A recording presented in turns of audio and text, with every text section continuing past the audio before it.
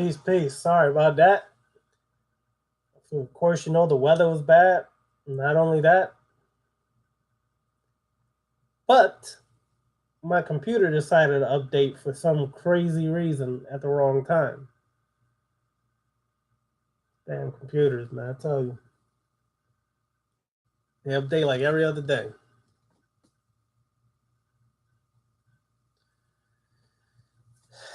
So, where were we? Anybody had any last questions remaining before we close off? Bring up some stuff, ask some questions. Anything that you have come to mind, just bring it forth.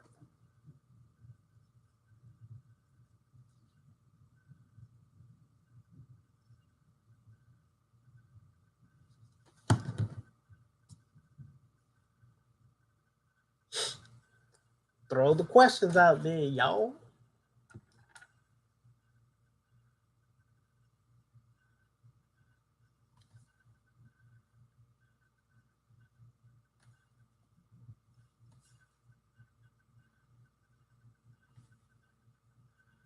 One thing I can say while waiting for questions is that when I utilize this kind of sorcery, Sith Sorcery, and you use those 5 principles, you have better results than when you just kind of like freestyle the sorcery and you have no real direction.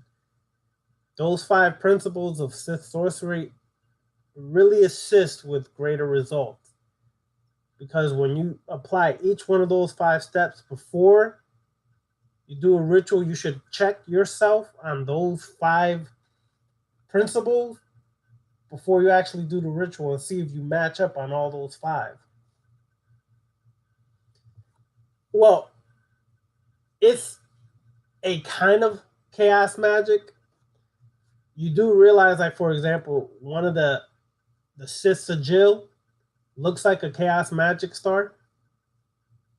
So somewhere along the line, when George Lucas was putting this together, he did understand the chaos magic aspect and the power behind creating yourself to be the god, living by your own rules. So he did apply some of that to the Sith lore, creating the lore of the Sith.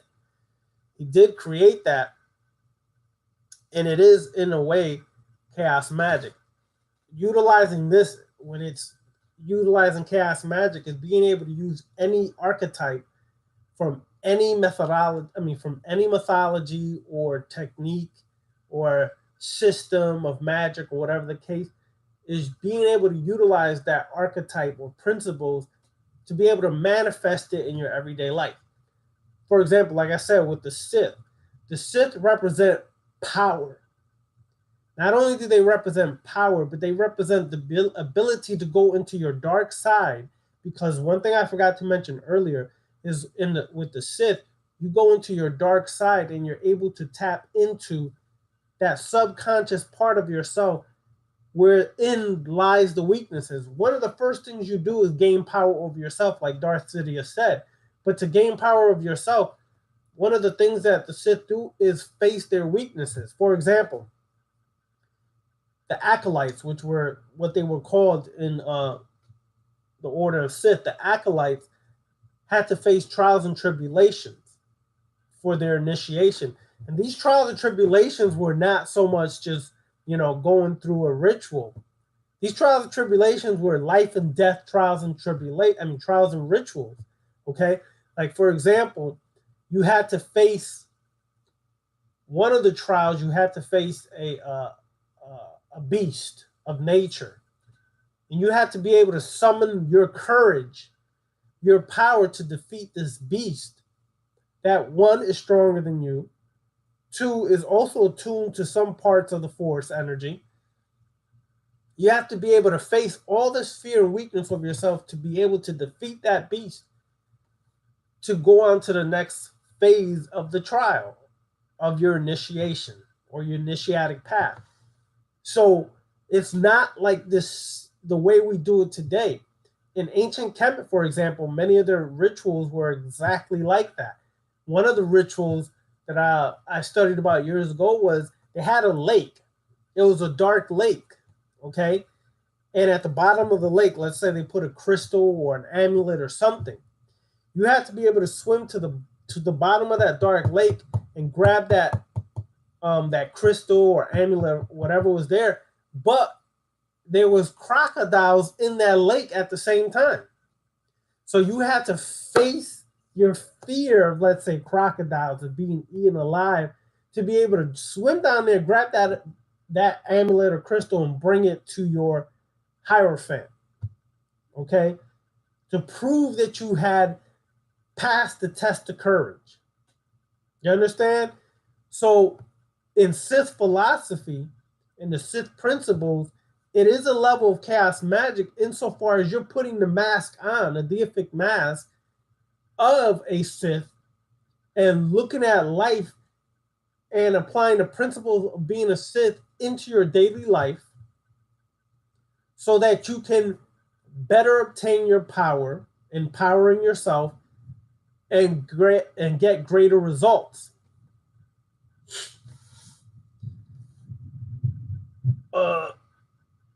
Hello, beautiful dark vixen goddess.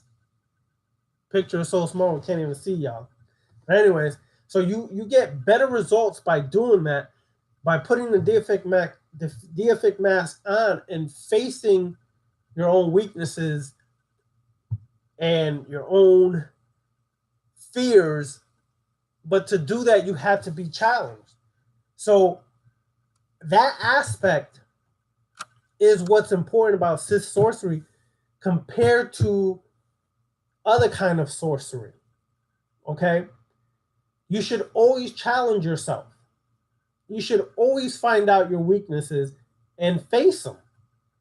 Because you can only be as strong as your weaknesses. So if you have a lot of weaknesses, then your strength is only determined by how weak you can become too. So face those weaknesses about yourself every day. Ask yourself every day, what is my weakness? Am I encountering that weakness? So this is why the Sith went through trials and tribulations in their initiation. They had to face these kind of trials in order to face their weaknesses. And if you were too weak, you might be destroyed by the beast that you faced.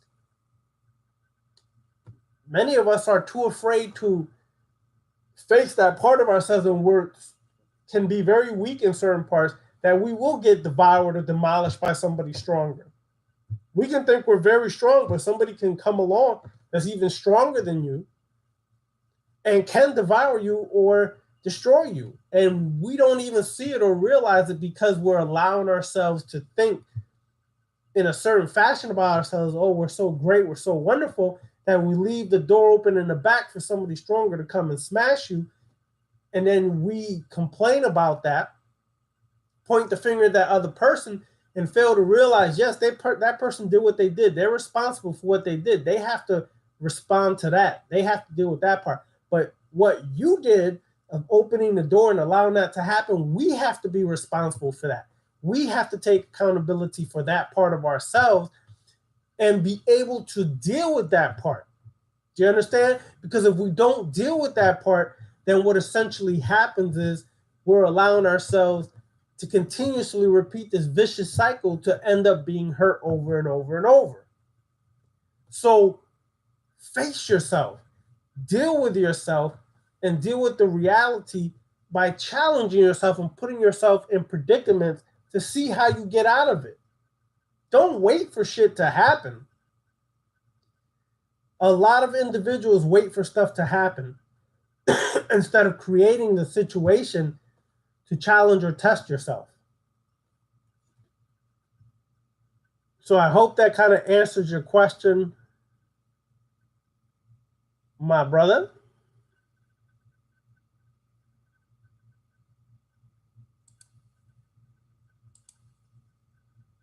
Any other questions? What up, brother Omar? I didn't see you in the earlier go round. Unfortunately, the weather booted us out on the other page that I had up.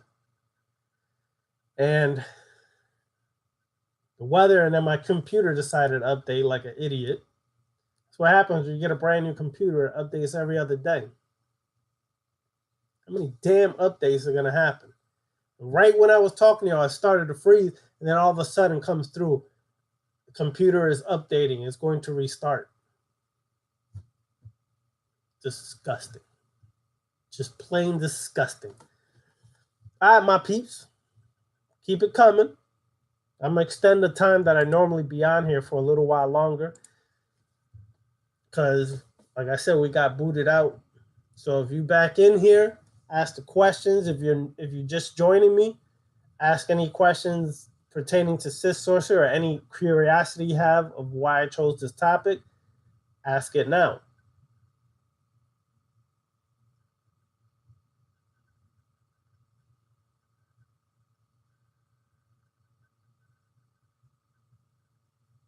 Luna Child Skies. I like saying that name. It just smoothly flows off the tongue. Luna Child Skies. Sounds like a pimp name from the 70s. Nah, let me stop. Anyways.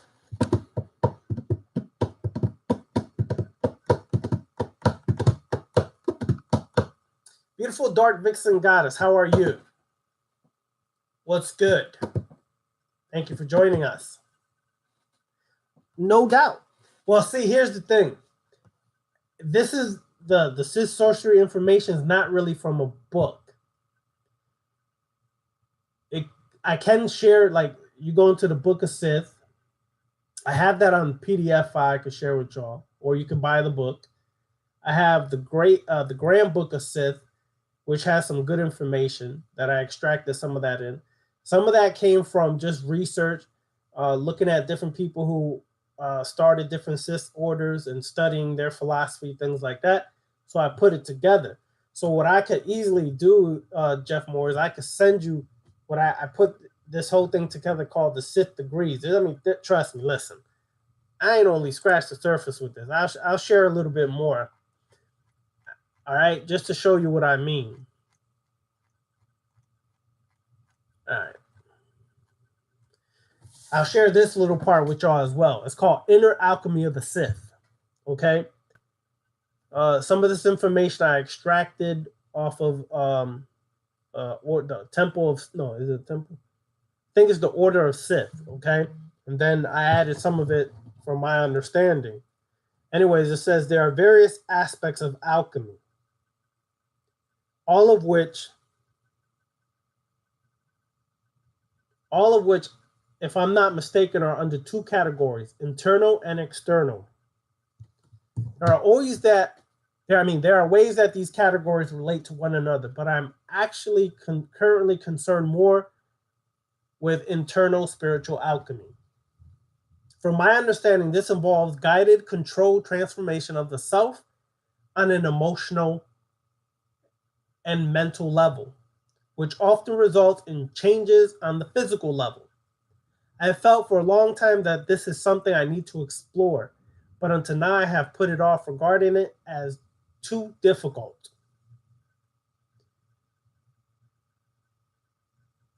That is a chain I intend on breaking. Metamorphosis. Man. To Sith, I think that the process of rebirth, of transitioning from a man to a Sith, is an important and often overlooked aspect of inner alchemy. Choosing a Sith name is a symbolic part of this process. For example, the Sith name I chose is Darth Ravana. I mean, I've been using that for a long time. Only a few people know that. It is a symbolic process, but only has as much value as you place on it. Just like any name, it only has as much value as you place on it. If you choose a name, especially while you're walking your spiritual path, that name only has as much value that you give it. So if you feel that there's a lot of value you want to put behind it, and rightly so, then that name becomes more powerful and meaningful in your life. I choose to purge my former self, metaphorically and spiritually. This individual who put some of this together was called Rick. I burned Rick.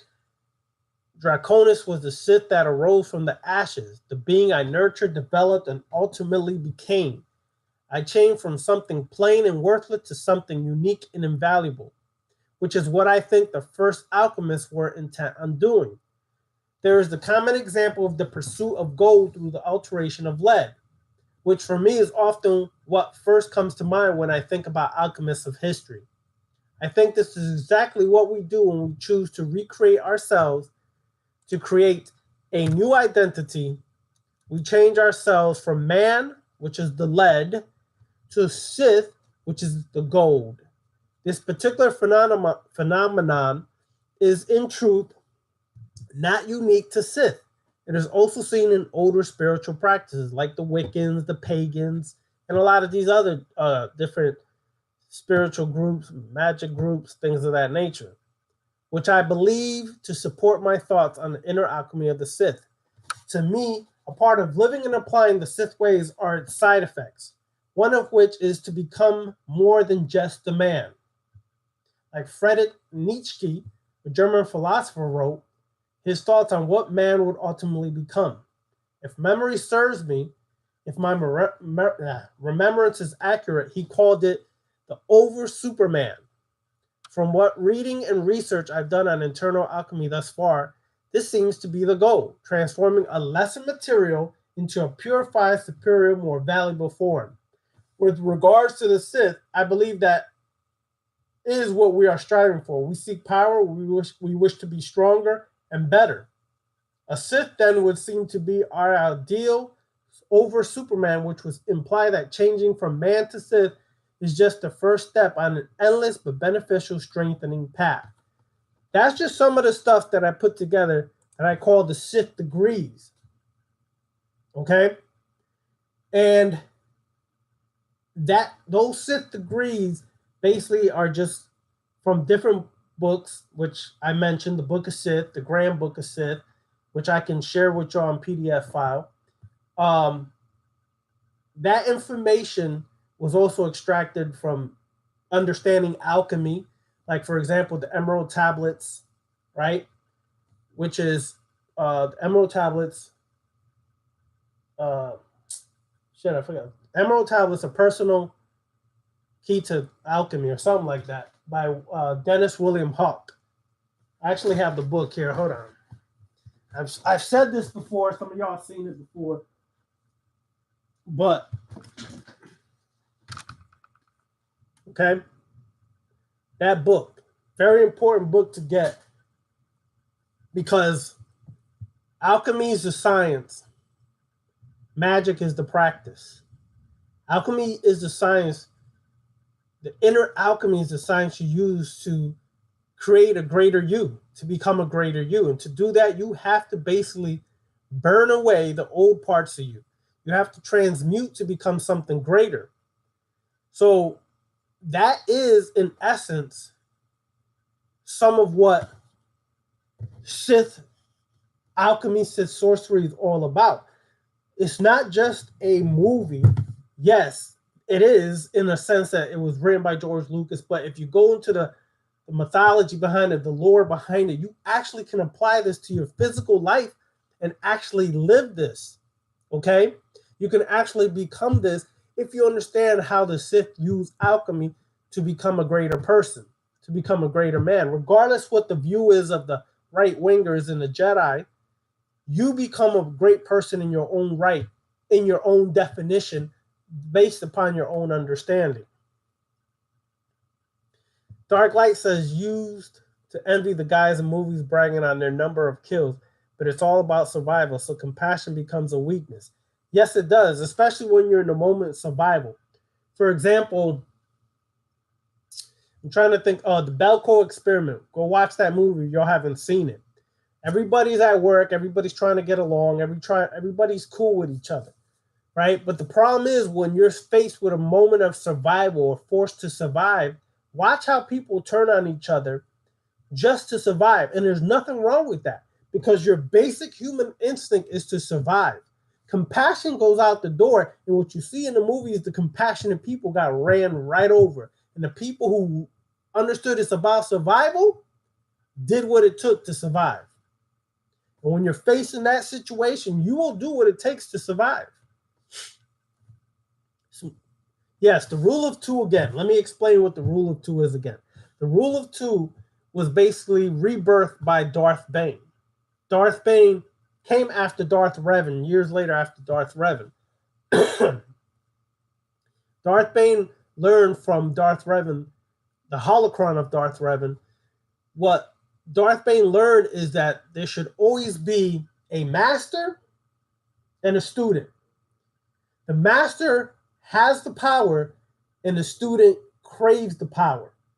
So the student will always crave the power and do anything to get it and learn about that power, learn about the Force, learn how to use the dark side of the Force, learn how to use Sith alchemy, Sith sorcery, learn how to go into their subconscious to overcome their weaknesses, to eventually one day confront the master and overthrow the master.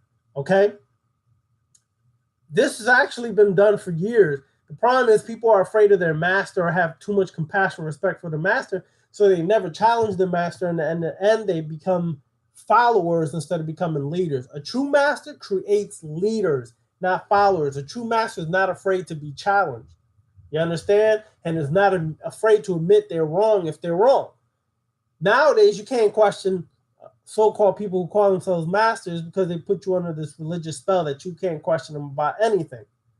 So the problem with that is that they keep you subservient and control. Well, the rule of two is simply there's always a master and a student to crave that power. Okay? And only two Sith should rule at any one time the whole galaxy. Now, years later, Darth Sidious, who was Emperor Palpatine or Senator Palpatine in Star Wars 1, 2, and 3, okay? Notice he created the rule of one. He would have apprentices, but they can never become as strong as him. He became the emperor. See, he changed the whole philosophy there. So there was always two principles, the rule of one or the rule of two. But notice how the emperor or Senator Palpatine utilized the power of deception,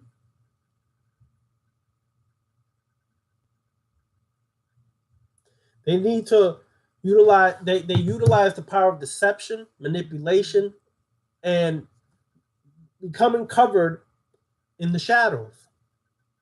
Okay? So he deceived the whole Jedi Council. Mind you, the Jedi Council there's the wisest of the wise Jedi. You had Yoda sitting there. You had Mace Windu, played by Samuel Jackson, sitting there. The wisest of the wise Jedi were sitting there, and the senator who became Emperor Palpatine, who became Darth Sidious, none of them were able to detect that was a Sith Lord, Sith Master who was running the whole show behind the scenes. That's some powerful shit, y'all. Sorry to say, if people don't see it like powerful, that's on y'all. That's some powerful stuff.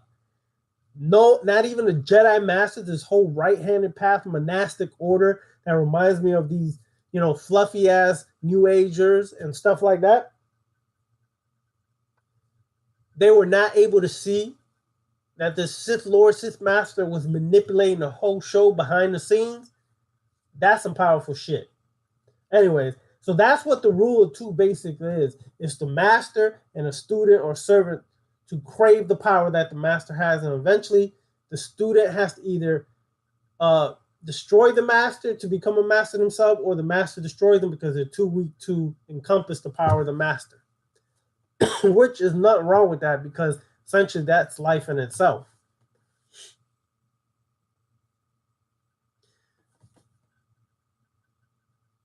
It was nice meeting you too.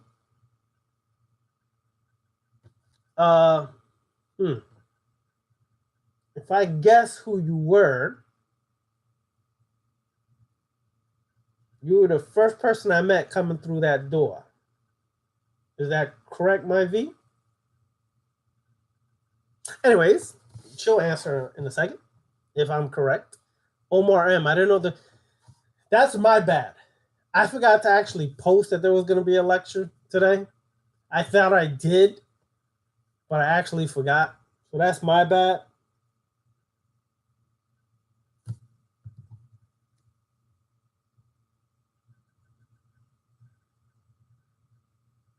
Okay. Next time I'll be more vigilant on that. I just messed up this week. Been busy, so. All right, my V, I knew it. Okay, I knew that was you.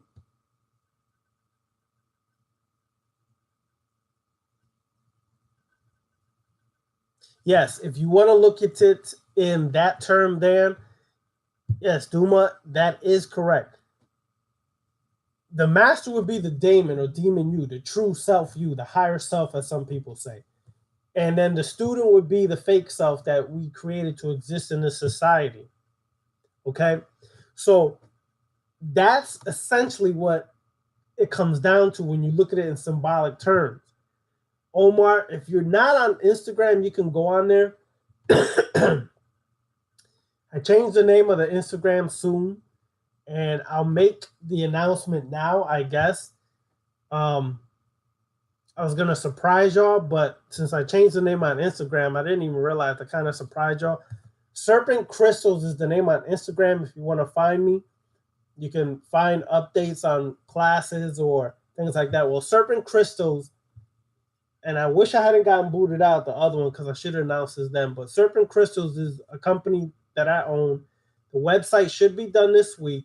It's an online occult store that will specialize in vampire magic, specialize in comedic magic, hoodoo voodoo, things of that nature. It will carry oils, ritual oils, incense, certain vampire magic statues, things of that nature. I'm still going to get more inventory, but I have to see how it goes first because a real businessman does not put all his eggs in one basket till he sees there's success behind it. Then he adds more products or she adds more products. So that's what Serpent Crystals is all about. So if you want to keep updated on classes or different things, and if I don't post it here, you can always go to Serpent Crystals on Instagram and you'll see the updates there on when we're having classes, things of that nature. That's probably why I thought I put it here, but I actually put it on Instagram. So yeah, by next week, you should get it. All of y'all going to get an email, the link to the website, so y'all can start getting all the oils you need. You can start getting the skulls you need, let's say. Black skull candles. You could get human bone powder if you want to work some necromancy, ritual oils for Kali if you want to work some vampiric magic, some things of that nature. All that's going to be on there. So hopefully y'all support a brother in his second venture and spread the word and help me sell out in the first week so I could get buku amount of inventory the following week. All right. I think it's time that we do that and bring it to y'all so that y'all can start getting what you need and stop going to outside sources that may not really have what you need because they're not walking the more darker aspects, let's say, of your subconscious mind. They're trying to keep you fairy-ish and fluffy-ish.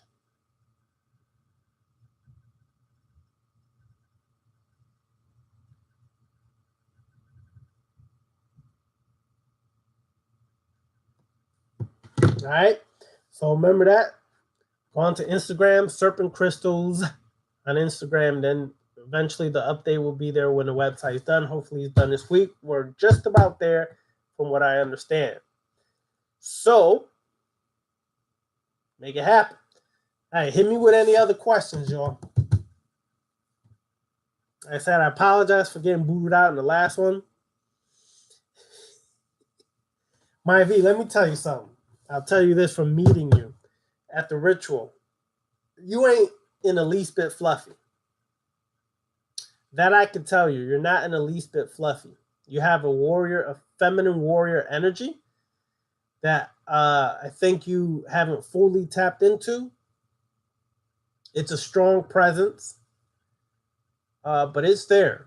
You have a very strong feminine warrior energy like Kali, like Oya, Mama Chola. You have that very powerful energy. It's a very strong female warrior energy. Just keep tapping into it more and more.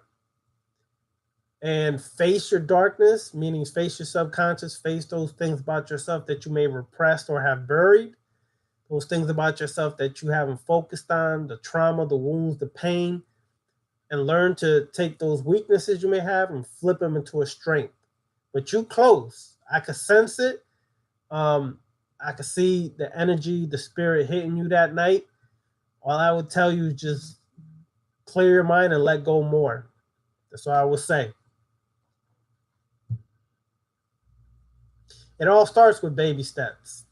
But the key thing in my view is this: you're taking baby steps, which means you actually began the process. Once you take that first baby step, you just open the gateway to your own elevation and transformation.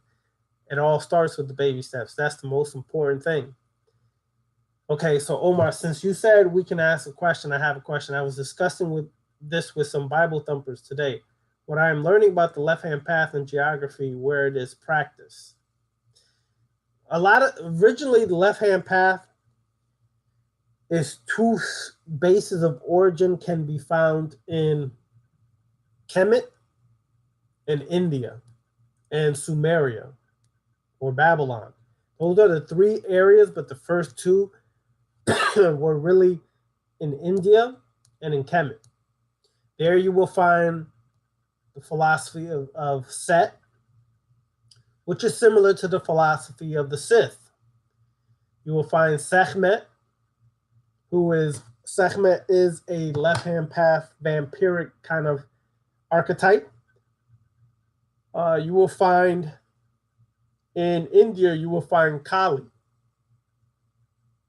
who's a very dark, feminine type warrior.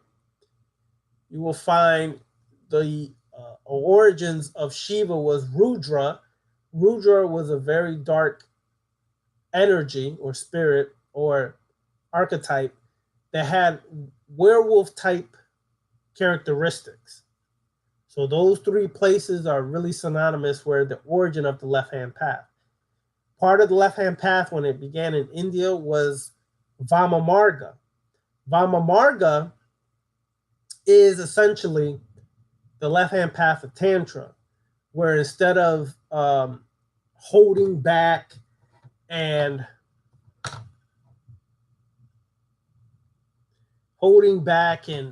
not releasing your sexual fluids and things of that nature, Vama Marga on the left-hand path was essentially raising your energies and releasing it in an orgasmic state. It's different than what Tantra became today, all right?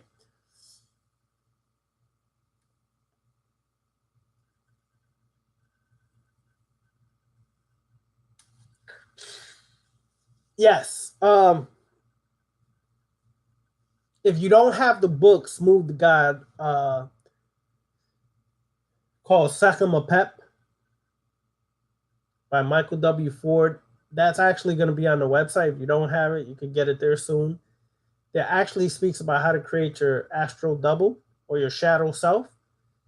What I share with y'all was from my experience and what I learned how to do and how to do it a little differently than Michael W. Ford, but that's a good basics to start off at, and how to create that astral double or that shadow spirit. Essentially, you have to have a certain breathing technique where you learn to tap into descending deeper or darker aspects of yourself and visualizing the shadow form ascending out of your physical body. That shadow form, you give its own image. You could create it to be a vampire or create it to look like a werewolf, create it to look like a demon. Whatever form you take, that's what you take because that's what you like or what you want to utilize. So you can utilize that in your work. And you then send that out in the evening or the after midnight to reach your intended target. Now, once you create that shadow form, there's many things you could do. You could feed off of life energy, sexual energy. You can use it to implant thoughts in people about things you want done or need or desire.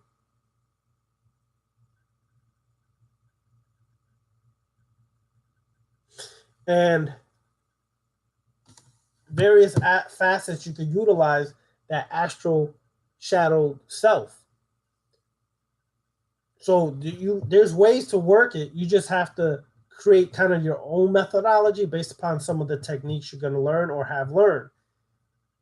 And you have to find what your shadow self, what you want your shadow self to be. What kind of entity you want it to look like. What kind of all these things. You have to be in full detail when you do this. And then you project it to the target at hand. Whatever it is you want from this target, you got to project it to that target to either place a thought, take some energy, share some energy, seduce, whatever. Hensu, my nigga. No, it's not. I ain't seen you in a minute, brother. I've been wondering what happened to you. Did you get lost? Did you reach the astral plane? Did you make it to the duet? I was wondering.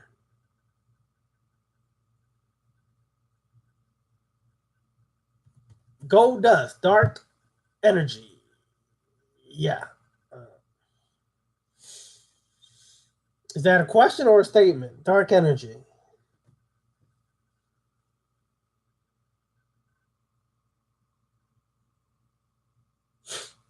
Brother Hansen.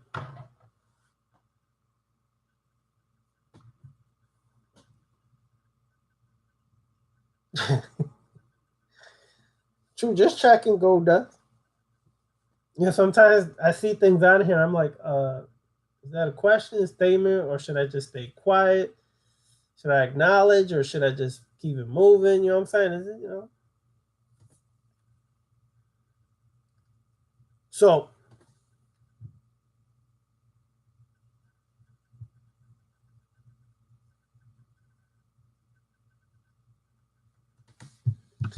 yeah. So bring out any other questions y'all may have, anything like that.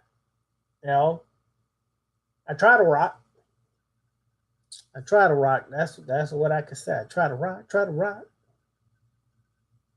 Rock. Steady. Anyways.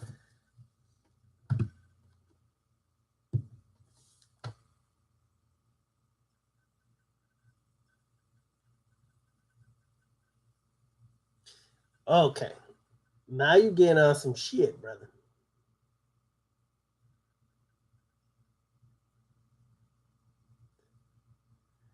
Okay, that's the deception though, Omar. The deception is that the light word God worship countries have more abundance. Do they really have abundance? Like, let me say what I mean.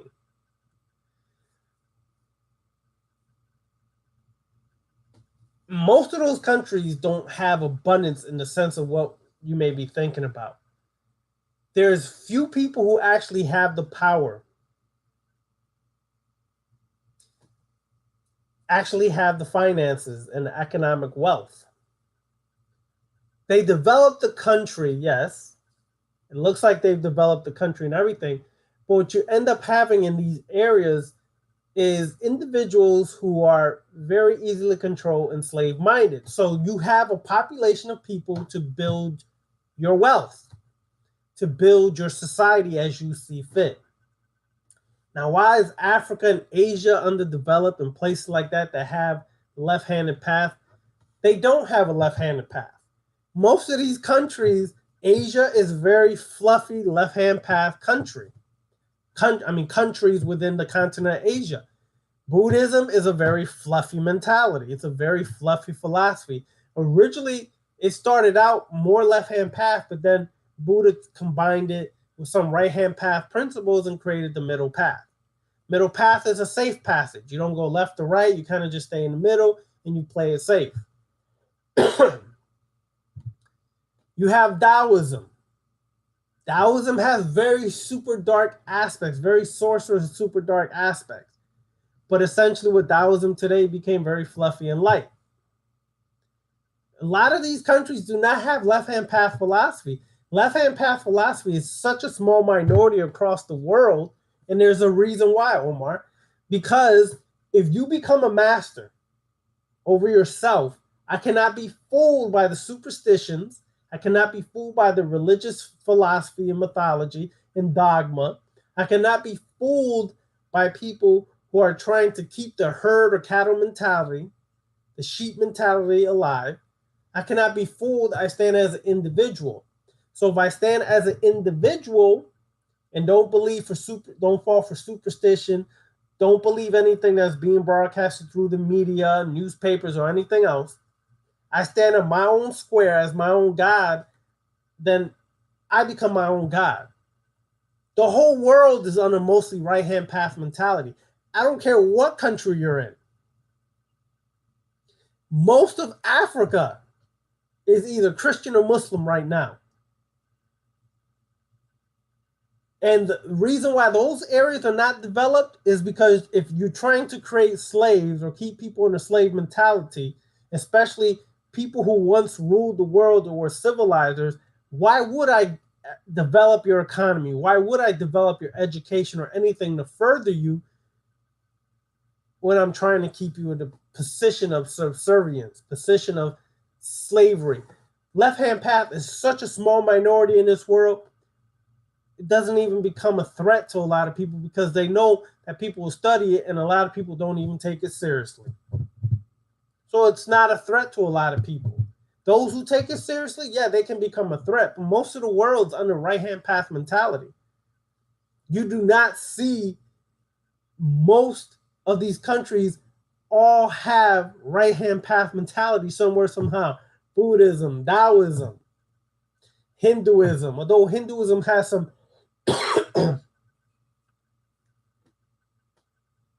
though Hinduism has some dark aspects, what Hinduism is today is very fluffy and light, right-hand path mentality. Sikhism or Sikhism, they also are very right-hand path mentality. Sufis, they have some dark aspects, but Sufis tend to be on the right-hand path mentality a lot. Although a lot of their teachings are left-hand path, it is right-hand path, a lot of it too. So you have the merging of the two, but the right-hand path dominates Sufism. You have, what else you have? A lot of African traditions are very right-hand path. They have darker aspects like Voodoo, and some of Palo can be darker aspects, but it's very right-hand path because they always keep you following someone. They always keep you responding to the Babalao, the Santero, the Santera, the Madrina, the Padrino. They keep you responding to the Tata. They keep you always subservient to someone. And then you're either subservient or worshiping or groveling or asking for assistance from the Orisha, from whatever. Okay? Most of this world is influenced and dominated by right-hand path mentality. It doesn't matter if the origin of left-hand path is from certain areas, certain places. Left-hand path has always been a minority.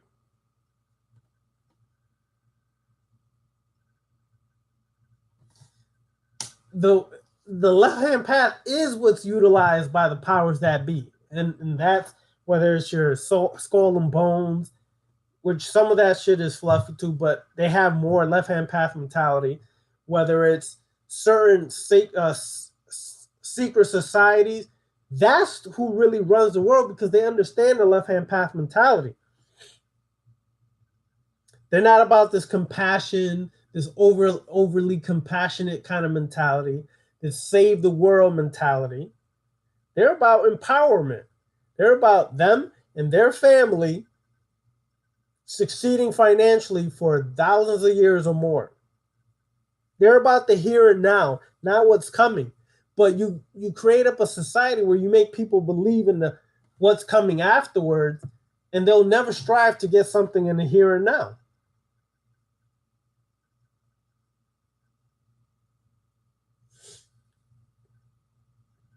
So that's the reality about a lot of this. It's utilized to control the masses.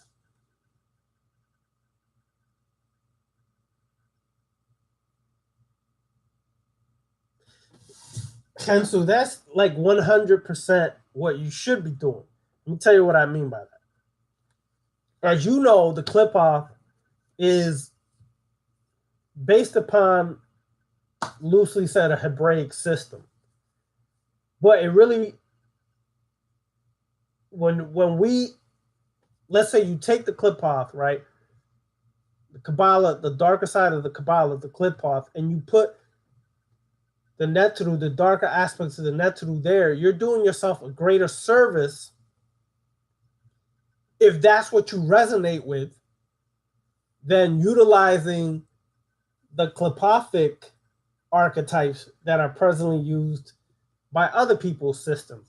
So that's 100%. And you should do invocations, evocations for that. For example, like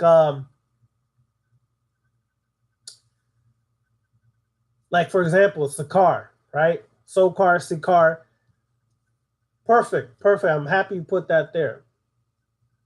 Has a very darker aspect, more of the original aspect of Asar, deals more with spirits of the dead, the darker energies, deals a lot with necromancy, let's say, things of that nature, tapping into the darker side of ourselves.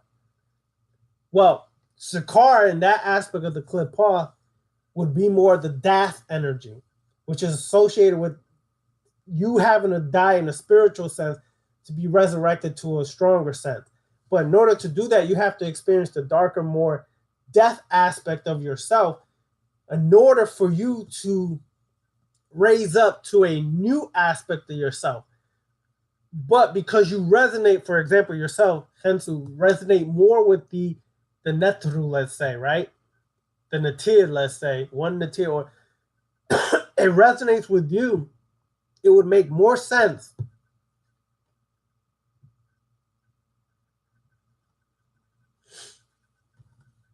it makes more sense for you to use that than using that shit that other people use. Because that's what you resonate with. And exactly what you're doing is what the work is really all about. It's not about using other people's shit. It's about creating a sense, which was what tonight's discussion was. How to utilize the Sith, which is considered some fictitious mythology, but how to really utilize it in a sense of today in your existing world. For example, you look at the Sith. The temples of the Sith were built like the step pyramid of Kemet. Okay? Now, is that a coincidence? No, it's not. Because when you look at the Sith, let's say, for example, and the principles, the colors, and the teachings are very similar to what Set, Sut, Sitek would represent. Now, how do you apply that to today? You understand? Sith are more modern because they're a fictitious lore, but they're still more modern in the sense that it was created from an old aspect, an older aspect, and from the ashes of that older aspect, it was renewed. That's what we should be doing. So when you take the Qliphoth and you take those darker aspects and apply it to that, you're going to probably get greater results in your working than if you just use the common everyday archetypes that people use in the Qliphoth. I hope that answers your question.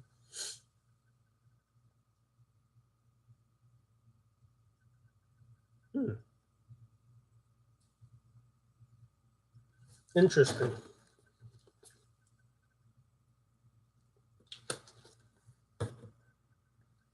Well, if that came forth, then you tapping into some serious shit, bro.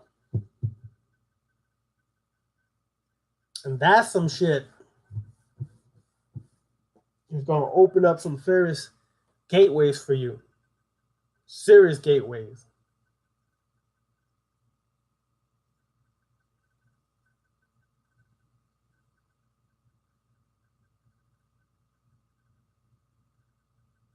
Well, you got to understand.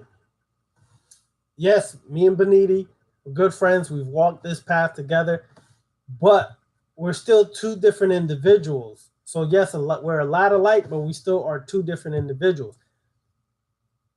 The way I look at it is not to consult your ancestors. You can consult your ancestors for anything. What I was trying to state is for some serious work or different kinds of work, you don't always need to involve your ancestors. Meaning, when I work with my ancestors, it's for knowledge, wisdom, and guidance. It's not to go destroy some motherfucker that's crossing the line, harassing or disrespecting. You use other spirits for that. When I work with my ancestors, it's for knowledge, wisdom, and guidance. So, yes, we're essentially still almost saying the same thing. I consult with my ancestors for knowledge, wisdom, and guidance. But for work that is outside of, let's say, that, I consult or conjure and command other spirits to handle the more serious work like that. I'm not going to do that to my ancestors, especially if they were not of that character or nature. Meaning,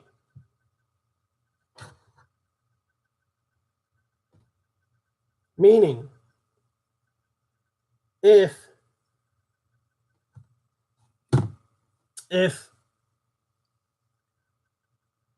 somebody's hurting, physically trying to threaten or hurt someone in my family that I love or care about, yes, I could contact my ancestors to do the job, but I'd rather find a, let's say,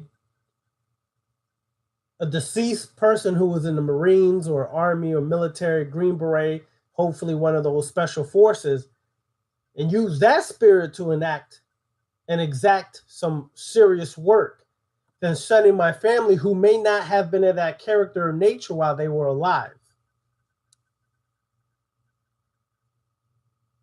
So I hope you understand that part.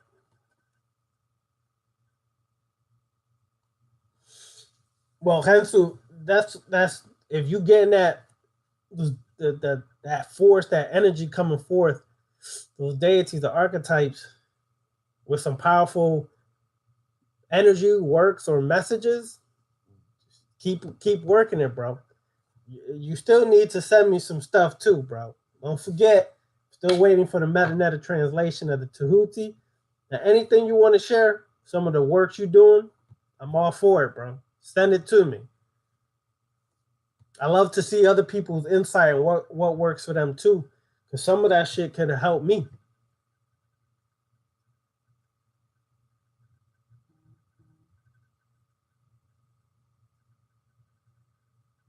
Thanks, bro. True indeed. Email me and you're on point. S. William is dead. Om, Awakening Universal Minds talk show is alive.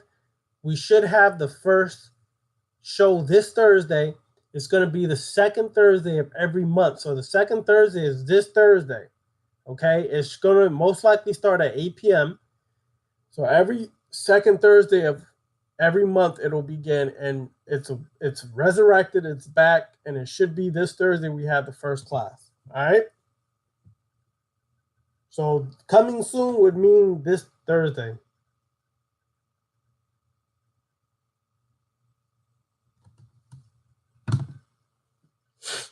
All right, so for all those who's waiting on that, join us Thursday.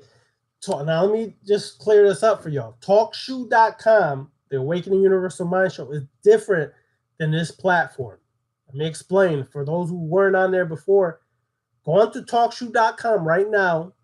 After this video, go on to TalkShoe.com. Look for the Awakening Universal Minds and subscribe. You'll get an email once we post the show. You'll get an email, the day, the time, everything. When you come on the show, there's a call-in number, a PIN number, and there's two options. You can either stay in the chat room, put your questions in there.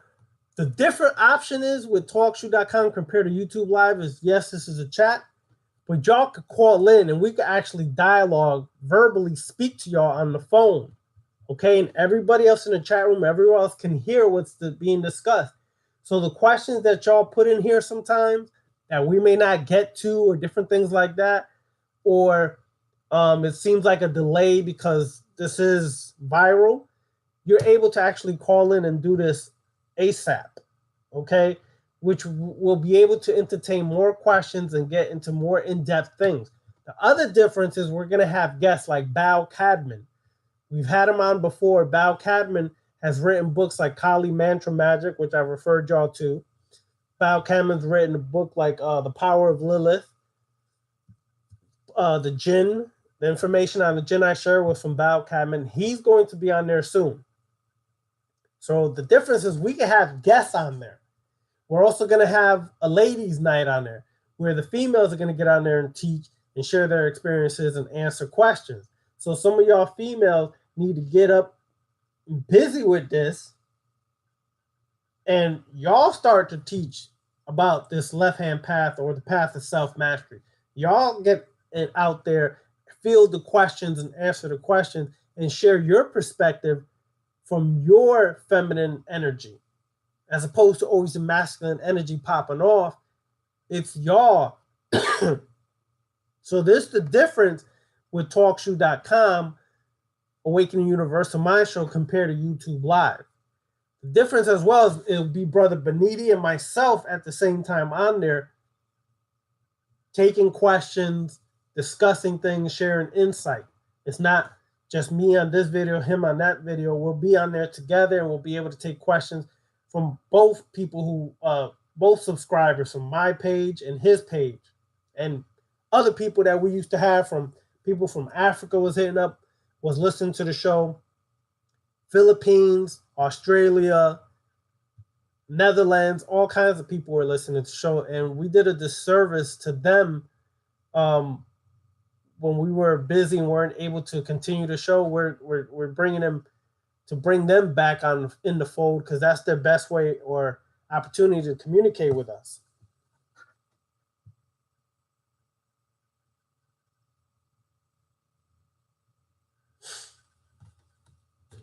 All right, so let's see.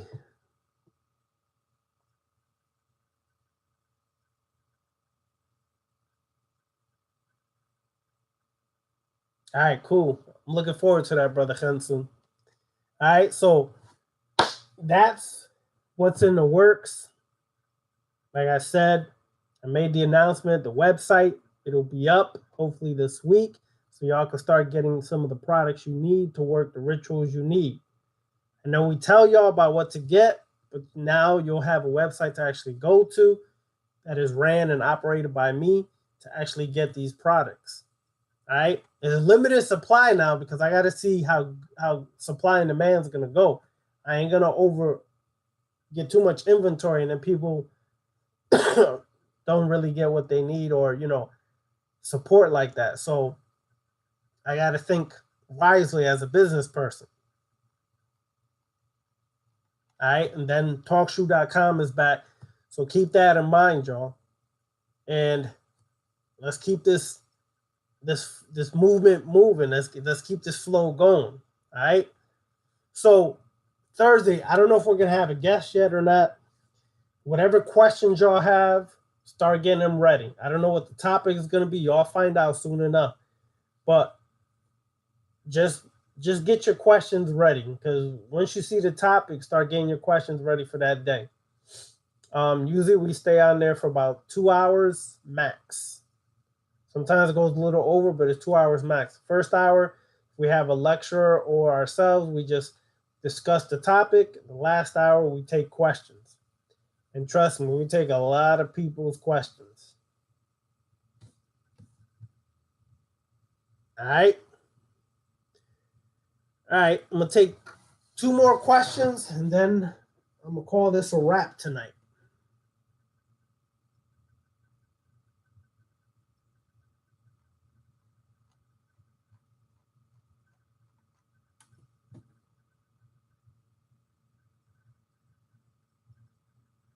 All right, Brother Hansu, tonight, like September 9th, 2018 tonight, not September 10th, 2018, right?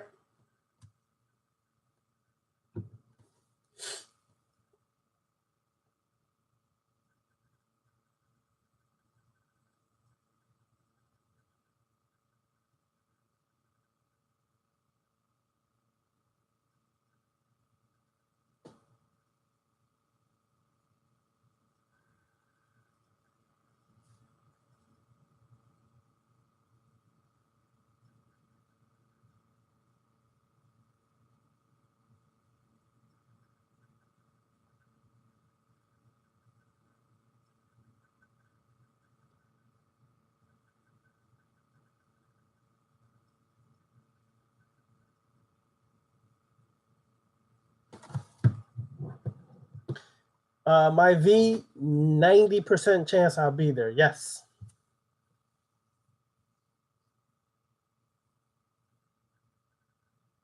Let me put my email here while I wait for y'all to ask one or two last questions.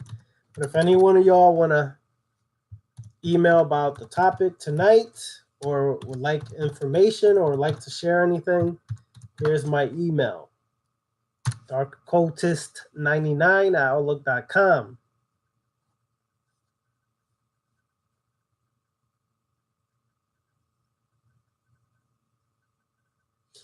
Yes, the last thing I can tell you, Omar, is face it with bravery and overcome your fears. And remember, you are in control. You are the God in control. So before you do any necromancy, make sure you question yourself about your fears and face them with bravery. And always remember, you are in control. Because if you go into it feeling fearful or scared, that's when you open the gateway for things. You have to always remember you're in control. How can I be sure I stay in control? Good question. How can you be sure you stay in control? Depends on what it is that you want to stay in control about. Okay? This is the interesting thing, Trina. We all say, I want to stay in control. And then some people will say, I have no fear. True. But the problem is, when you work this kind of sorcery or magic, you will discover that there is different kind of fears that exist. As long as you're a human being, you will have fears. It's not fear in itself. Okay? It's the reality that you transform that fear to courage and bravery. Fear will always exist as long as you are a human being. We can think we're not afraid, then we see a little roach and we freak the fuck out. We're not afraid of nothing. We have no fear, but a little ass roach like this and we tend to freak out. I done seen it. I done seen the most unfearful people freak out because they saw a spider. Those phobias are fears. And it may not seem like it's that important because, okay, I'm afraid of a spider, but yes, it is, because that fear can actually ruin you at the wrong time.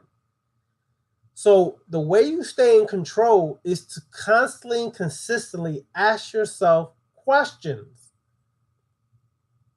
Am I strong enough to do this? And then after you ask the question, whatever the response is, then you know.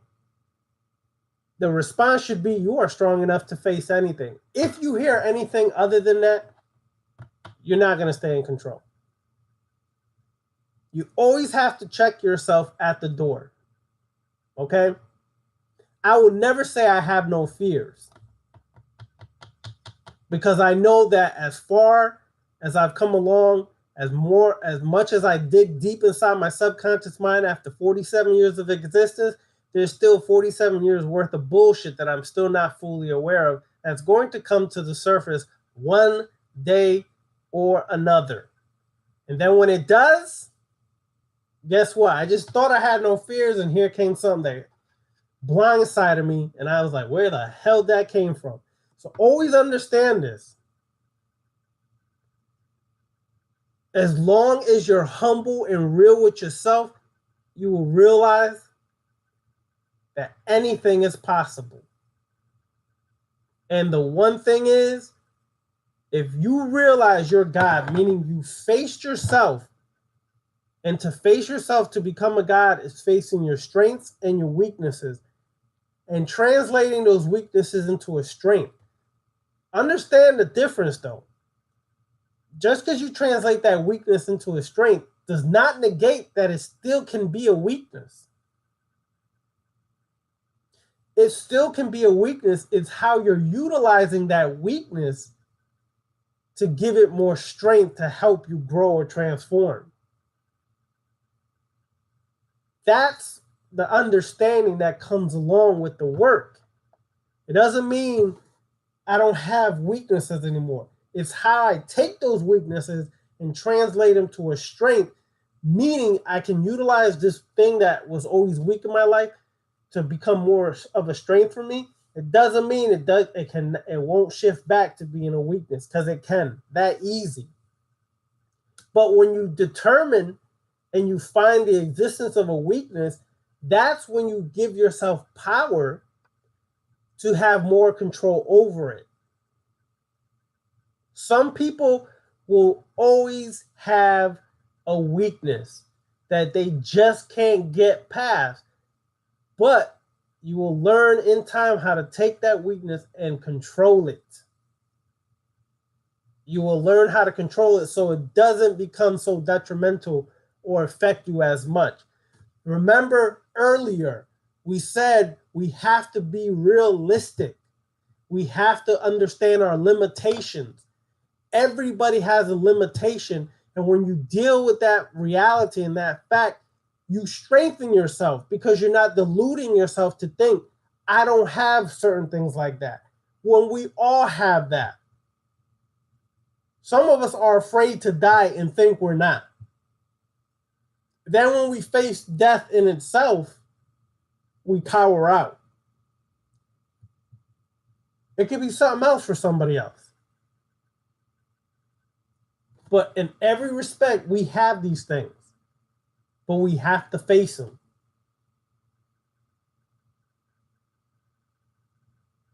I can hold your hand, no problem. But I'm going to let that sucker go once I think you're ready. Anyways. Smooth to God, on the left-hand path, you can utilize the planetary bodies. You can utilize them. They can empower you. They can strengthen you. However, just remember what I said. You can utilize it, but you shouldn't become enslaved to it. Okay? Meaning, a true black adept goes with the flow of their spirit. But a true black adept also understands the power behind the planetary bodies, things of that nature. So you can, to put more strength or more emphasis behind your ritual, or more divine timing, so to speak, do it at certain times of the moon cycle, certain times of the different phases of the moon cycle, to strengthen your shit. You understand? But you can do it at any time as well. You always follow your spirit. Okay?